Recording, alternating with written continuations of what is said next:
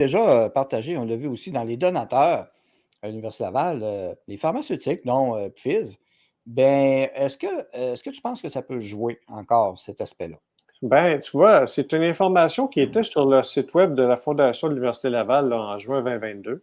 Et là, Oui. quand les gens ont commencé à partager les images des commanditaires de l'Université Laval, ben là, l'information a été retirée du site web.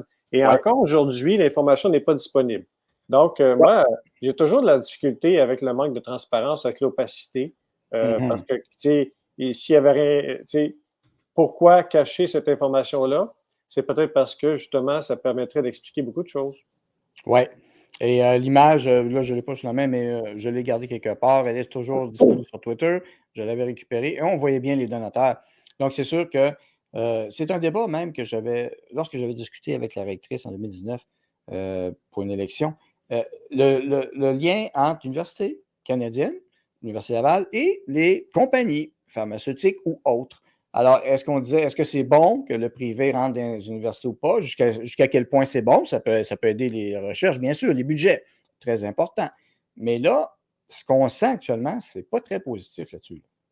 Ben, tu vois, j'ai commencé à exprimer mes préoccupations là, publiquement en 2021, l'été 2021, Mhm. quand est apparu le scandale là, entre le Port de Québec et l'Université Laval. J'avais Mhm. écrit un papier à ce moment-là, j'avais intitulé l'Absolu Gate, parce que Mhm. ça concernait une entente de confidentialité dont l'existence même devait être confidentielle. Donc, donc ça m'avait vraiment irrité.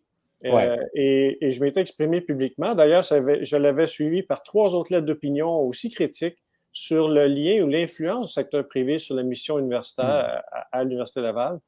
Et parmi les dizaines et les dizaines de questions que j'ai soulevées dans ces 4 lettres-là, ben, j'attends toujours les réponses. Hein. Ouais. Non, Euh, j'en doute pas. c'est mais tu sais, je sais pas, Daniel, si tu as été récemment sur le campus de l'Université Laval, si tu as marché, mais tu sais, non seulement les bâtiments sont au nom de commanditaires, mais tu as aussi des salles, des amphithéâtres qui sont au nom de commanditaires, tu as des salles de réunion, tu as même des ascenseurs.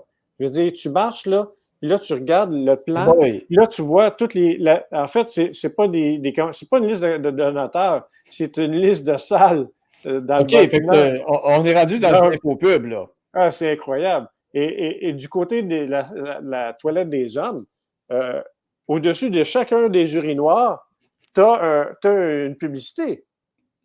Donc, tu sais, Ouais. c'est rendu à ce point-là, je veux dire. Comme dans C'est les bars et les restaurants. Ah, tout à fait.